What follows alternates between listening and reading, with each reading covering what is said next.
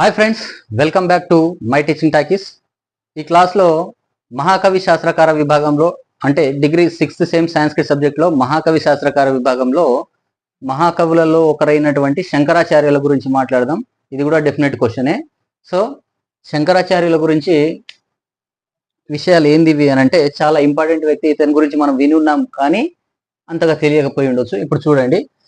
So same ఇంతకు ముందు లాగానే ఏదైతే కన్నడదోడి గురించో తెలుగులో ఇంగ్లీష్లో నేను ఎక్స్ప్లెయిన్ చేసినో అదే మాదిరిగా ఇంగ్లీష్లో బోర్డు పైన రాసి ఉంది. తెలుగు వాళ్ళు నోట్ చేసుకోండి. తెలుగు ఇంగ్లీష్లో ఎక్స్ప్లెయిన్ చేస్తాను. సో చూడండి friends. So Shankaracharya was born at Kaladi in Kerala. అతడు కలాడి అనే ఒక ఊరుంది కేరళలో. ఆ ఊరులో లేదా ఆ గ్రామంలో జన్మించాడు. At the end of 7th century. At the end of 7th century. కాబట్టి మీరు తెలుగులో వాళ్ళు ఏమని రాస్తారు?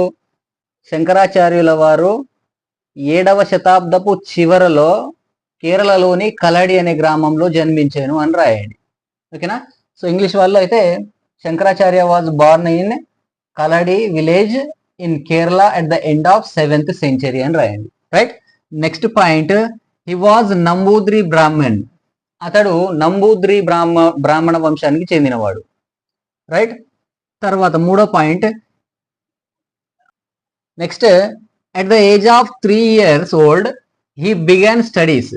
అతనికి 3 సంవత్సరాల వయసు ఉన్నప్పుడే అతను విద్యాభ్యాసాన్ని మొదలుపెట్టాడు. At the age of 5 years old అతనికి 5 సంవత్సరాల వయసు ఉన్నప్పుడే అతను ఉపనయన విద్యను మొదలుపెట్టాడు. He got upanayana. ఓకేనా? Next at the age of 8 years old, when he was at 8 years old he accepted సన్యాసం. అతనికి 8 సంవత్సరాల వయసులోనే అతను సన్యాసాన్ని స్వీకరించి సర్వసంగ పరిత్యాగి అయ్యాడు అని తెలుగు వాళ్ళు రాయండి. ఓకే. తర్వాత 8 సంవత్సరాలకే by the behest of mother, అంటే బిహెస్ట్ అంటే ఏంది? ఆజ్ఞ. తల్లి ఆజ్ఞతో he went to Narmada river in central India. మధ్య భారతదేశంలో ఉన్నటువంటి నర్మదా నది తీరానికి వెళ్ళాడు. అక్కడ వెళ్ళి అతని గురువు అయినటువంటి శ్రీ గోవింద భగవత్ ని కలవడం జరిగిందనమాట. Okay. By the behest of his mother he went to Narmada river in the central India to met his guru Shri Govinda Bhagavat. అక్కడికి వెళ్ళి అతన్ని కలవడం జరిగిందనమాట. తర్వాత 5th point, he studied Vedantas and philosophical scriptures at his guru Govinda Bhagwat.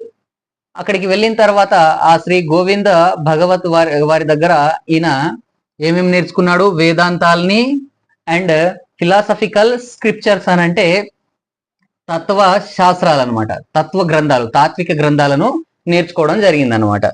Okay.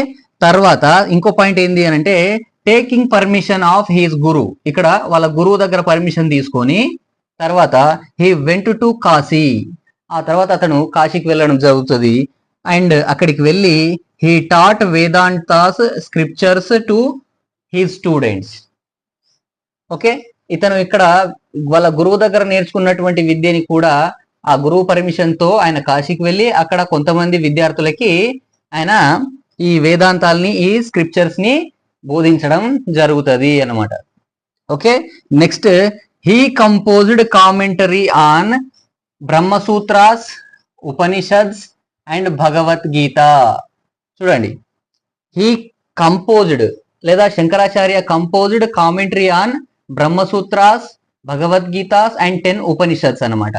So ఈ కామెంటరీని ఏమంటాం తెలుగు వాళ్ళు ఏమని రాయొచ్చు అని అంటే శంకరాచార్యుల వారు ఈ మూడింటిని కలిపి ప్రస్థాన త్రయం అంటారు. ప్రస్థాన త్రయాలైనటువంటి బ్రహ్మసూత్రాలు, ఉపనిషత్తులు మరియు భగవద్గీత పైన వ్యాఖ్యానాలు రాశాడు అని చెప్పేసి రాయండి. కామెంటరీని వ్యాఖ్యానం అంటారు అనమాట.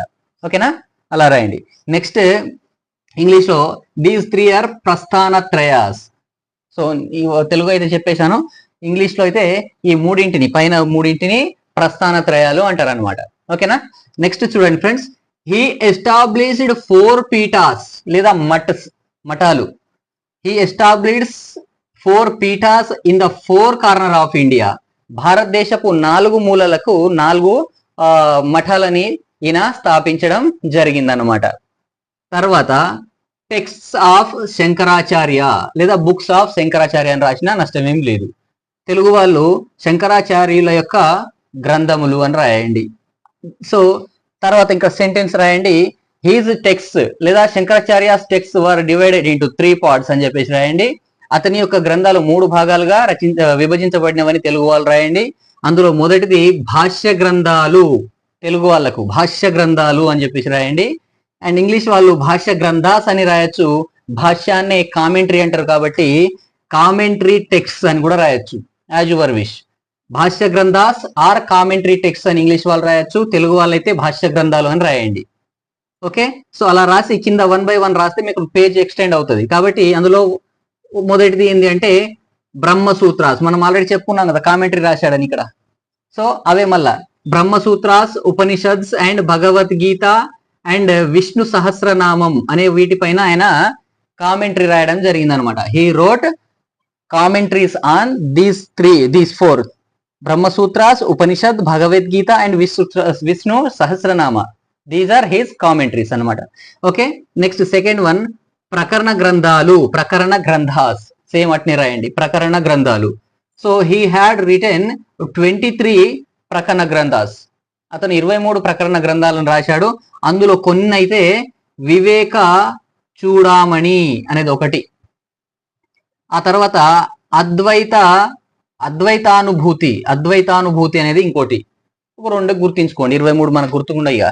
కాబట్టి ప్రకరణ గ్రంథాలలో వివేక చూడామణి ఒకటి, అద్వైతానుభూతి అనేది ఇంకోటి అనమాట. ఓకే, నెక్స్ట్ థర్డ్ది ఏంటి అని అంటే 3 టెక్స్ట్లలో ఒకటి భాష్య గ్రంథాలు, రెండవది ప్రకరణ గ్రంథాలు, 3 స్తోత్ర గ్రంథాలు లేదా స్తోత్రాలు అనమాట. స్తోత్ర గ్రంథాలు అంటే స్తుతిస్తూ పాడేటివి. సో స్తోత్ర గ్రంథాస్. సో వాటిలో ఏమి అంటే సౌందర్యలహరి 20 శ్లోకాలు ఉంటాయి. It consist of 20 shlokas. Okay, next Shivananda Lahari second one. ఇది సౌందర్య లహరి, నెక్స్ట్ అది శివానంద లహరి. నేను మొత్తం రాయాలి, ఇక్కడ శివ అని రాశాను, మీరు రాయండి శివానంద లహరి ఇంకోటి. Okay, next Dakshinamurthy Stotram and Annapurna అష్టకం అనేవి స్తోత్రాలు అన్నమాట. ఇవి కొన్ని మొదలగునవి. ఇంకా శివభుజంగ ప్రయాత స్తోత్రం అని అండ్ భజ గోవింద స్తోత్రం అని ఇట్లాంటివి కూడా ఆయన రాశాడులే, కానీ ఇక్కడ ప్లేస్ లేక నేను రాయట్లేను. సో ఈ wrote stotra granthas as Soundarya Lahari, Shivananda Lahari and Dakshinamurthy Stotram and Annapurna Ashtakam etcetera. వీటిలోనే మనం సౌందర్య లహరిలో 20 శ్లోకాలు ఉన్నాయని రాస్తాం. అండ్ శివానంద లహరి లేదా శివ భుజంగ ప్రయాత స్తోత్రం అని అంటాం. దాంట్లోనే మనం శివరాత్రికి ప్రతిసారి వింటున్నటువంటి పాట ఉంటుంది, బ్రహ్మ మురారి శివ, ఇది సురార్చిత లింగం అనే పాట. ఇది కూడా ఆది శంకరాచార్యుల వారు రాసినటువంటిది అనమాట. అండ్ ఆది శంకరాచార్యుల వారు అద్వైతాన్ని ప్రచారం చేసినాడు కాబట్టి ఇది ముఖ్యమైన పాయింట్. నేను అక్కడ ప్లేస్ ఇక్కడ రాసుకోండి. ఓకే, హీ ప్రీచ్డ్ అద్వైతాన్ని అతను ప్రచారం చేశాడు అనమాట.